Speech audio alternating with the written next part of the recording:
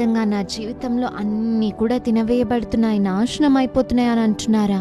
If it was just one problem, I could have handled it. ఒక్క సమస్య అయితే నేను ఏదోలా పరిష్కరించుకునేవాడిని. But my finances are destroyed. కానీ నా ఆర్థికాలు నాశనం అయిపోయాయి. My health is destroyed. నా ఆరోగ్యం నాశనం అయిపోయింది. My career, my business, my job is lost. నా భవిష్యత్తు, నా వ్యాపారము, నా ఉద్యోగం అన్ని పోయాయి అంటున్నారు. I have no peace in my family. నా కుటుంబంలో అసలు సమాధానమే లేదు అంటున్నారు. All these things are happening at the same time. ఇవన్నీ కూడా ఒకేసారి జరుగుతున్నాయి అంటున్నారు. Every door in front of me is shut. నా ఎదుట ఉన్నటువంటి ప్రతి ద్వారము మూసివేయబడింది. You may say this and you may feel like the locusts have eaten everything in your life.